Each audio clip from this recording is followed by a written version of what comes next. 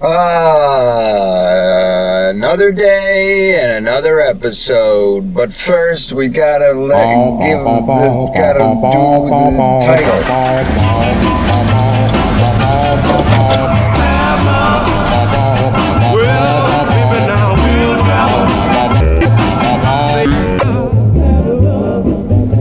Hey. Man, it's a cloudy day today. And it's somewhat symbolic, because right now, unbeknownst to most people, because of the things that they follow on their media and stuff, or should I say don't follow, don't get reported, they think that there's just a few little riots in France right now over gas prices, and I don't think that's why it's happening. Anyway, what is this, number six, I think, and it's, the world is it's overcast right now. We're headed into winter. It's where I am anyway, and based on what's going on in the world, it's just, everything seems to be in some sort of a dour fog, and I'm kind of bummed right now. I'm actually kind of in a bummed state. Just had my business partner around for about a week, and we did a bunch of sketches that I think are very funny, and some of which that we're not even sure if we're going to post because they're a little bit risque, but we'll see what happens. Man, what was I going to talk about today? I was going to talk about something that was like really meaningful and but a kind of a bummer, and now I can't remember what it was, because, that's life. But, man, I feel like I should restart this. I already feel like I should restart this episode because it's already boring. It's already boring. Because everything that I want to talk about is kind of like, I'm just in a crap mood. And I thought that I would do an episode where I was in a crap mood, so that people could see what I'm like when I'm just like kind of bummed about stuff. Because there's this epidemic that I see in a lot of human beings right now, where they are starting to tune out of media. Like, oh, media. But that's, weirdly, like, that's a negative, considering all the things that are going on right now. Is tuning out is exactly what they want us to do, because they don't want us to be aware of what's actually going on. Because there is an agenda that is being put forth and that is taking place in order to ruin the entire world. And it's kind of coming to fruition, and it's been going on for a long, long time. And, if you talk about it at all if you talk about it in real life, whatever, but if you talk about it and try to, spread the word to people, you get shut down. But I think that you get shut down more often when you're operating from not your real name, and when you're not operating from your real name, you tend to exchange, like a troll account, you tend to take more extreme, crazy stances, whether it's for comedic reasons or anything like that. So it's part of the reason I was like, well, I'm going to go out there with my real name and my real face, because I'd rather hold myself to a certain level of realism, and by being like, well, this is what I said. If this is what I'll say with my real name in real life, then I should say it with my real name in the digital world as well. I know it seems like I'm talking very cryptically, which I am, because I'm kind of self-censoring, because there's things I just want to talk about, but I can't really. One thing I want to discuss right now, though, is the way in which people view my generation, or people that are kind of in their early 30s, late 20s, early 30s, even like some of the younger kids who are searching things online, finding out that there is this huge double standard and that the media is run by a group of people that do not want certain things to get out there. And, Herbert Walker Bush just died, and of course now everybody loves him. Everybody loves him. Now he's the greatest, he's one of the greatest presidents ever. Every time a president dies, suddenly all we do is, we're going to honor the dead and be nice and all this stuff, and it's like, Herbert Walker Bush was not a nice person. He's not a good man. He's a bad person. And you can do your own research. These things are out there for the public to look up. But because nobody does the research, they would rather sit there, press a button, and then watch somebody else tell them how to think about things. It's very, very disturbing. I've just started to notice that, like, here's me doing more research endlessly.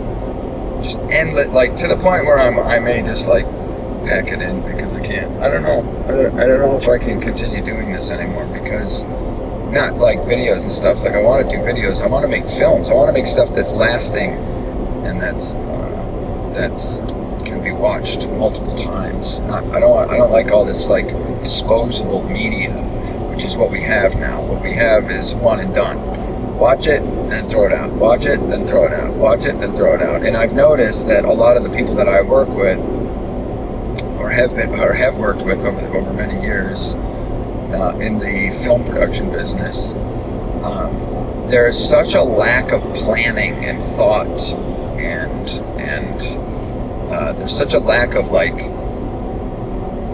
of a desire to use everything that's available to you. What you want to do is, or at least what I want to do, is I want to I don't want to miss any opportunities when I'm making a film or making something. Whereas other people are like, we gotta hurry up and make this and then get it out there. And like, there's a place for that, but it's just not my thing. I just think that there's so, like, the filmmaking in general has come to a point where you had a generation of people who built the industry in the 40s and 50s. They built this industry, and it was through trial and error, but a lot of the times the actual directors had the ability to get things under their control and make what they wanted to make. And then you had a group of people that went to college, that were graduating from college in the 70s, and they were the first people majoring in it. That's like the Lucases and the Spielbergs and that whole generation. Then they came along, and then they started saying, well, maybe we should let all their film school was they made a film. And then they started, doing the Good Samaritan, quote unquote, thing we're hugely we're huge experts in this area now, I guess, because our stuff is popular. And as a result, we're going to go ahead and we're going to help shape the curriculum for years to come. So then you have a curriculum that isn't aimed at making people that are talented. It's aimed at making people subservient to those who are already in positions of power. Nobody majors in being a boss. They might call it that, but they're like, well, you got to learn what everybody's doing underneath you. And of course that's important. Of course that's important. You can't learn to be the boss. You have to get the experience and then become the boss over time. So now we're looking at a whole generation of people that went to film schools or art schools or whatever. They majored in, whatever it was that they majored in. And usually it's like directing or being the boss, you know what I mean? And then they go out there and then they start trying to work their way up, and they realize whether they realize it, that's another question. But they go They go and they follow the people that are good at talking, people that tell them what they want to hear, and not necessarily the people that are going to do anything. This is kind of a crude way to put it, but a friend of mine relayed me a piece of information, a quote from somebody else, and I can't remember who the original quote came from, so I'll have to look it up, I guess. But he said,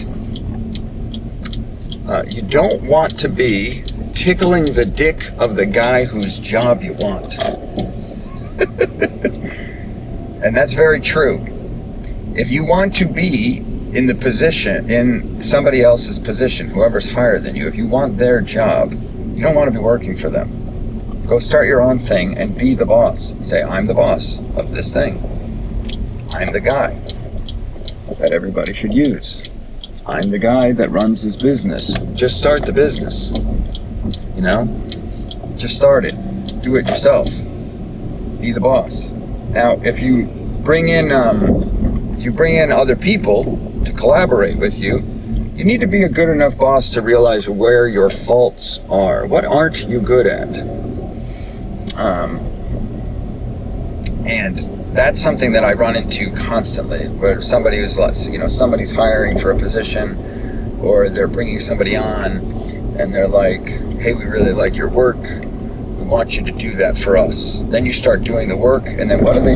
They tell you to change everything. Then they say, no, do it the way we tell you to. And it's like, well, then why did you hire me? Why would you hire somebody who's better than you at something only to turn around and tell them what to do?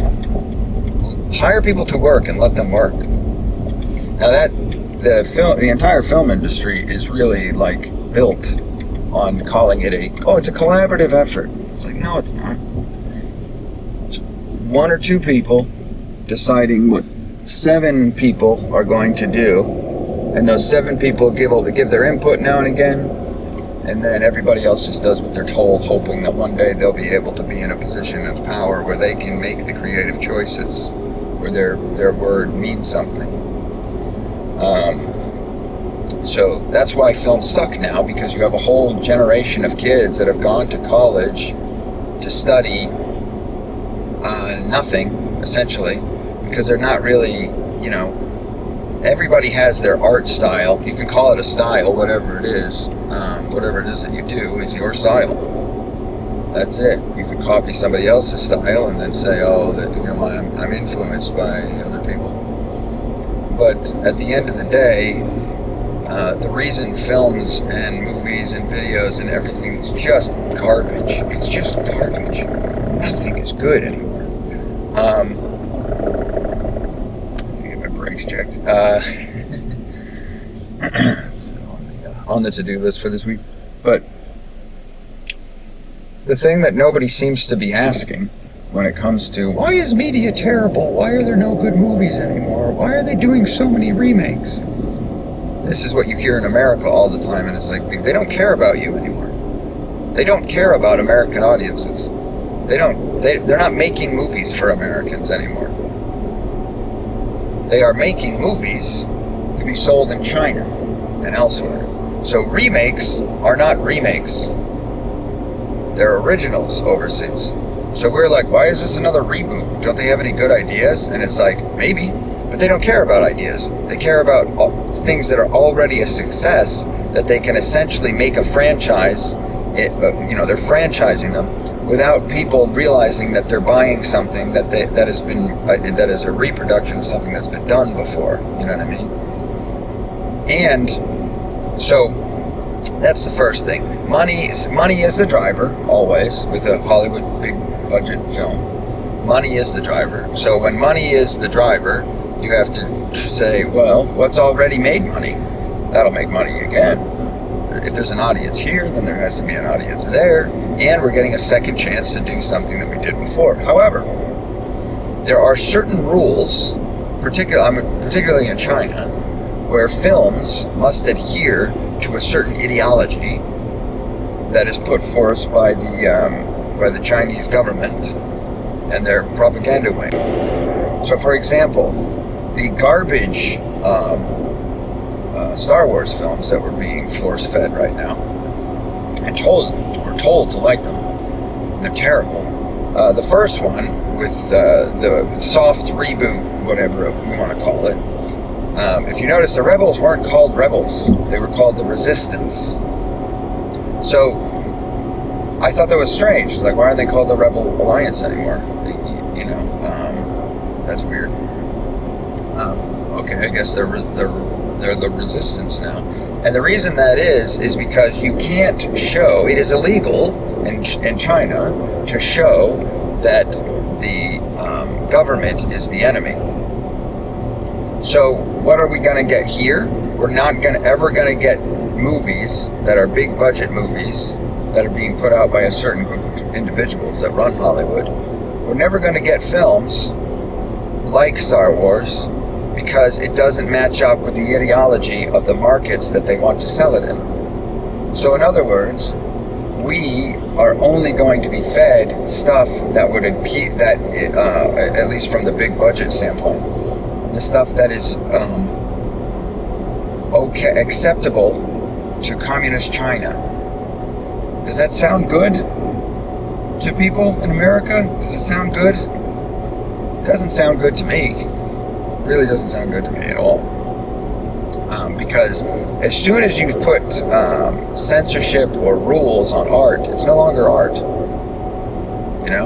You don't, I don't know. I venture to guess that the reason the Sistine Chapel is so good is because the Pope couldn't get up there. And Michelangelo was sitting on his back painting. And maybe they're like, hey, can you do a different color there? I was thinking maybe a different color. He would probably just like, yeah, sure. Yeah. Oh, you did? Oh, this is wrong? Oh, sorry. I guess I gotta keep going. You know what I mean? He was far enough removed from the people paying him to do what he wanted to do. And I also think that back then people were like, we're paying an artist to do their art. We didn't bring them in. We're not paying them to tell them what to do. So now what you have in my case is I literally can't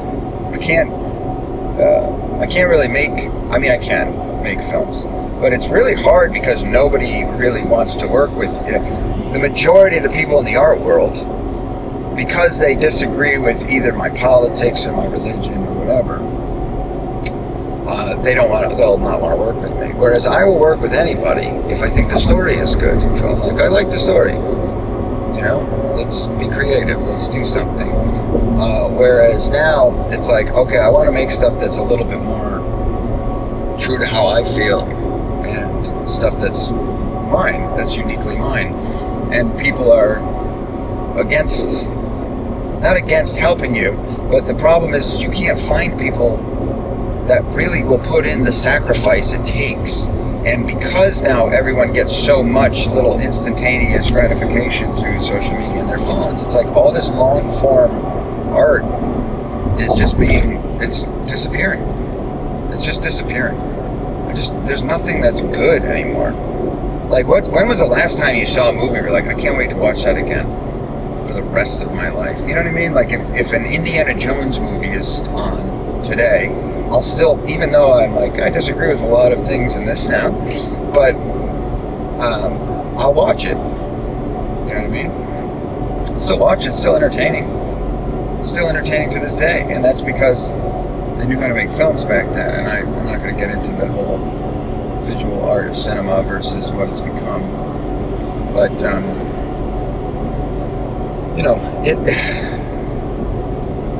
I want to make films. I want to make content. I don't mind making shorter stuff that's disposable. I don't mind doing that. But I want to make films and stuff. And the reason is because I'm really, really good at it. But it's like, how do you sell yourself to people?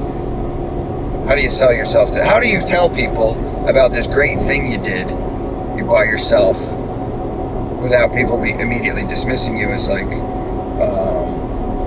haughty or pompous?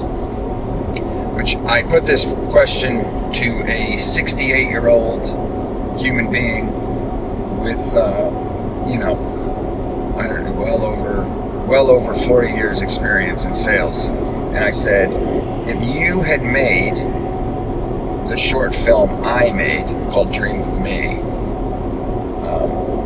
if you guys want to watch it, contact me. But I'm going to do a push here soon. I'd like to get it to PewDiePie. That would never happen. But I would love to get PewDiePie to watch it. Because I think he'd enjoy it. I think anybody would enjoy it. There's a lot of great comments on it, but I've since been kind of like not really promoting it as of late because I've changed my stance on a few things. And there was one guy that I was working with who I just don't like. He's not a bad guy. I just can't work with him anymore, and I don't think he's going to want to be associated with me once I start to get more vocal about things in history that I feel weren't real, and things that are going on now that I think need to be talked about. I'm not going to censor myself. I'm not going to pretend. I'm not going to lie. That's essentially what censoring is lying. Anytime you're censoring something, you're lying to people. No, we're protecting them by withholding truth. You're like, yeah, it's called lying. If you're keeping things from somebody, you're hiding it, that's dishonest. Stop trying to redefine things. It is what it is. It's like those people that are like, well, I didn't tell you because I didn't want you to get mad. Aren't I a great person for lying? It's like, no. Just tell people. This is why everyone's wimps. Because all they hear is good news. All they ever hear is great news. Ooh, wonderful news. Ooh, look at all this great news. Nothing's bad. Wake the F up. It's not a bad thing to talk about things that are going on if they're negative. It's not a bad thing. The thing might be bad, but it's not a bad thing to tell people the truth and get into an argument. Arguments aren't evil. Yelling isn't evil. You know what I mean? Obviously you prefer not to do it. But yelling is that's just a decibel thing. And it's subjective. Who knows what yelling is? Anyways. So, the film that I made, I want people to watch. I want to get it to PewDiePie. I have no idea how I'm going to do that. But everybody complains about Hollywood and that we need to create our own media and we need to create our own beauty and our own projects, create our own Hollywood alternate media. And it's like, if you want to do that, you're going to need to invest in it. But what I'm trying to do is make a second episode of what I made already, so you can watch that one for free and go, would you want to see the next one? And then you plunk down the money, because that takes time. It has to be it's a full-time job. That particular one took me like 2.5 years. Dream of Me took me like 2.5 years. I stopped taking other work because that was the priority. And then, and then you go to Hollywood and you show it to people, and they're like, you get one or two reactions. They're either like, screw this guy because he's better than me and I don't want him going anywhere. Or two, you're like, well, you're not doing it exactly the way we've always done it. See, there's rules. You have to do it exactly the way we've always done it. And it's like, oh, you mean do it the way that you've been doing it, which has literally just destroyed the industry? Well, that sounds like a great idea. You mean you want me to follow the rules that even the industry isn't following anymore, and it's just going down the toilet? Oh, that sounds great. That sounds really good. Anyway, see, I told you I was going to complain most of this one. All right, wrap this up. This wasn't as good as I think it could have been, but whatever. It is what it is. Probably tape another one of these tomorrow. I haven't been taping these because I've been working on all these other projects and stuff, and all this editing for this other stuff, which I'm not getting paid for. But I think I'm gonna have to get a real job here and do my own thing, because nothing seems to be working, and everybody would be happier if I bought into the slavery and stopped trying to fight the propaganda war. It seems like everybody in my family, especially, and anybody who's close to me, would rather believe their television over their own flesh and blood. And I think a lot of you need to start thinking that way. You need to start sitting there going, am I believing the TV over people in my real life? Am I believing somebody who's reading somebody else's words for money over somebody who's not getting paid anything but keeps trying to convey to me what's really been going on and what's going on and how we can get to the other side of it? Because there's a bunch of people that just aren't going to. And it's I'm sorry to make a generalization, but it's a lot of women. It's mostly women in the United States. I don't know how it is elsewhere, but a lot of women in the United States, they'll say, "Can we not talk about this? Can we not talk about this, please?" And it's like, okay, when would you like to? Because there's going to be boots on the ground. There will be boots headed your way at some point. And then you're going to go, how did this happen? Can't we talk about this? And the thing is it's not really the woman's fault. It's the fault of men for being gigantic pussies and not telling them to shut up and make you a sandwich once in a while. I'm not even joking. I know that sounds like a terrible, terrible thing to say, but you should tell women to shut up once in a while. Tell them to shut up and read a book. Because women go out in droves. They'll make a big thing about going to see Magic Mike. But you're like, hey, here's a 5-hour documentary that will literally unfold all the lies you've been fed over your life. And you're like, no, that's not fun. I want to watch a fun thing. Can we watch something fun? And it's like, your children are going to die if you don't change the course of where humanity is headed. Can we not talk about that? That's really grim. You're a sick individual. And it's like, they're so disjointed and they're so disconnected from people who are like, all I'm trying to do is have a conversation with you, show you some things, and get you out on the other side of this stuff so that you can start changing your behavior and you can start paying attention to things and you can start protecting your children. And they still will go, no. It's staggering.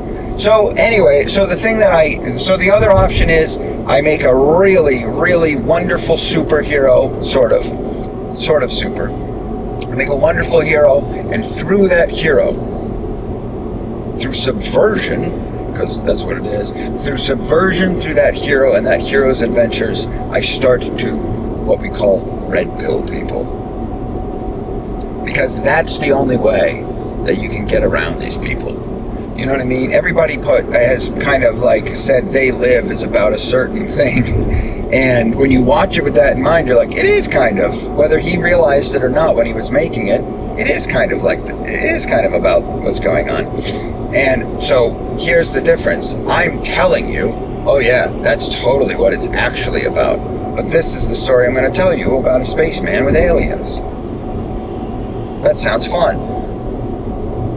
You know what I mean? But in actual fact, it's a wonderfully fun thing that anybody can sit down and enjoy without having to read into it. How do you beat them at their own game of subversion? Well, you subvert in the other direction. So, but I need an audience. I need a bunch of people to buy. I need a bunch of people to buy a ticket to something they haven't seen yet. You know what I mean? How do you do that? Well, you give away the first one for free, which was discussed a little bit on Fistful of Jokes Live a couple nights ago. My business partner Ryan and I were talking about hivementality.com. I would go check that out. And before we finish up, though, I know some people are literally only skipping ahead to see what my song recommendation is. So for this one, I'm gonna do one that's like, this is like such a not childish, but like if you're my age and somebody you're listening to, people are like, man, you haven't changed a bit, which I haven't really, and I count that as a victory. Because I didn't buy into the lies that we've been sold in adulthood. I still view things as, if you want to call it stupid, just as stupidly as I always have. Just believe that things are what they used to be. Okay, whatever. So here's the song. The song is by a band called Bearings, and the song is called Where You Are. That whole album, I forget what the album is called. Let me see here. The album is Blue in the Dark. Band is Bearings. The song is Where You Are. Really, really, really emo-y, like direct lyrics. Nothing that flashy. Quite good, in my opinion. I would check it out if you can, which you probably can. But it's just like a good tune. It's just a good tune. It's real direct. It reminds me of like music from like the 50s, where it was just like the lyrics were not that hard to understand. They were really like kind of direct. Anyway, so Bearings off the album Blue in the Dark. The song is Where You Are. All right, so I guess that's it for this one. I'll probably do another one tomorrow because I got a lot on my mind. If I think of something like useful, I'll do another one. Record another one tomorrow. And my heart goes out to the French people right now. Who it's good to see that you guys are finally telling those people that it's your country, because it is your country. Just like this one's mine and ours. We the people run it, not them. All right, but I gotta say, the last French Revolution didn't end well. You guys kind of swapped out one person for another.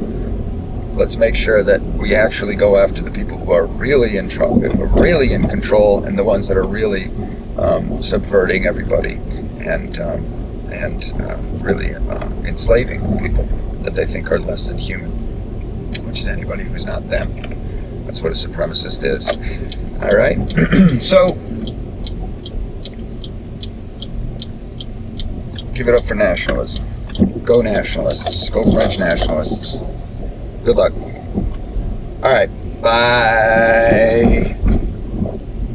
All right, turn this off. Oh yeah. Bye.